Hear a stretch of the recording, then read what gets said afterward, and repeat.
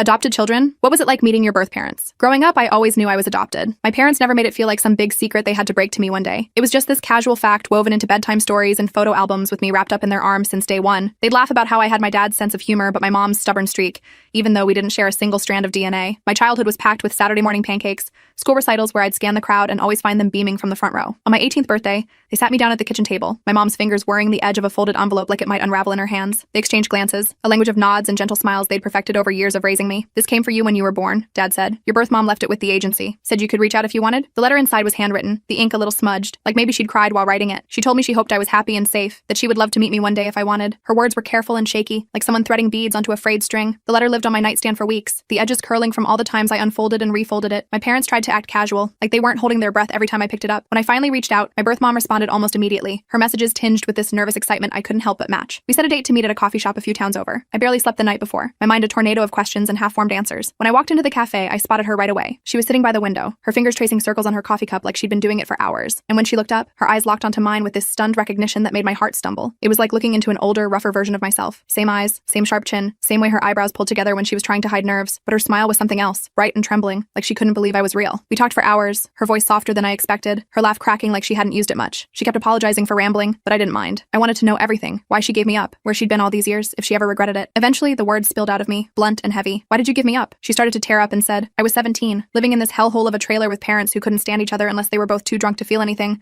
They'd scream till their voices cracked, hit till knuckles bruised. And the guy who got me pregnant, he bolted the second I told him, just packed his stuff and left." She rubbed her palms against her jeans, eyes dropping to the table. "I didn't want that life for you. I couldn't bring a baby into a place where love was an accident and pain was the only thing guaranteed. So I made the hardest choice I could, hoping it'd give you a real shot at something better." Her fingers trembled when she reached for her coffee, eyes glassy but steady. "I spent years trying to claw my way out of that place. Got my GED, saved every scrap of money I could, went to college. I built something I could be proud of, because I knew one day you might come looking, and I didn't want you to find me stuck in the same nightmare I tried to save you from." We both sat there in silence, the hum of the cafe filling the space between us. I think that was when I really started to understand her. Not just the idea of her, but her. We've kept in touch since then. She texts me to ask how school's going, sends me photos of her garden like it's the most precious thing she's ever grown. We meet up sometimes just for lunch or coffee. My parents are cool with it. Actually, more than cool. They always ask how she's doing, if I'm happy with how things are.